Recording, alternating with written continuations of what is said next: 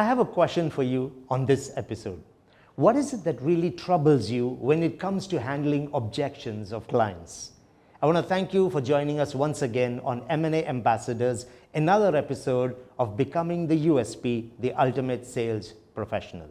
Now, in the previous episode, we talked about smoke screens, which are disguised objections that aren't the genuine objections. And one of the reasons why a lot of salespeople struggle in getting clients to confirm deals even after giving the answers is because they never isolated the genuine objection and they spent their time on the smoke screen.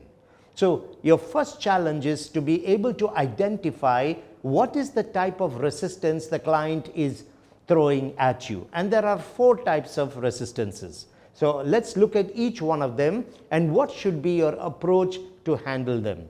So the 4 types of resistances are excuses, opinions, objections, and counters. Excuses, opinions, objections, and counters. So what are these? An excuse is when someone throws something that doesn't even make sense most of the time just because they don't want to get into a conversation with you and have a tennis match, a verbal back and forth. So they will give you excuses. Now is not a good time to buy. I mean, how did you even decide that?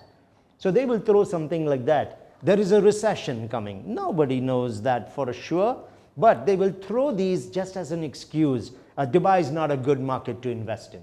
That's what we call an excuse. So what should you do with an excuse? Always have an empathy statement whenever you deal with any type of resistance. So client says, well, Dubai is not a good market to invest in. I'd simply turn around and say, well, that's an interesting observation. Okay, how exactly did we decide that? That's all you have to do. You need to be able to challenge and counter the excuse. I'm glad you brought that up. By the way, how did you decide Dubai isn't a good market? That's all you got to do. They don't have any fact to support that answer. The second type of resistance is the opinions, where people will make up their mind based on a few things that they have heard and they'll come to a clear conclusion that this doesn't make sense right now. So one of the typical examples would be Dubai is very expensive. There is a bubble coming. Or right now interest rates are so high it doesn't make sense to take a mortgage. Now when people raise opinions, you have to answer with facts. That's the secret. You cannot counter an opinion with an opinion because they will challenge your opinion.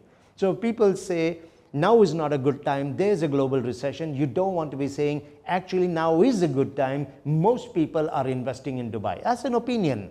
So what you want to do is counter it with fact. So let's take this particular example, right? Now is not a good time to buy, there's a recession coming. It's an opinion. So I'll turn around and say, I can see this is important. If what you say is true, help me understand why. In just the last week alone, 2,400 millionaires invested 9.26 billion in Dubai. So quote facts, because when you quote a fact, even if they had to ask you, where did you get that from? You can open the Dubai Rest app and you can show them the actual facts. So that's what you should do with opinions. Do not answer with an opinion, come back with facts.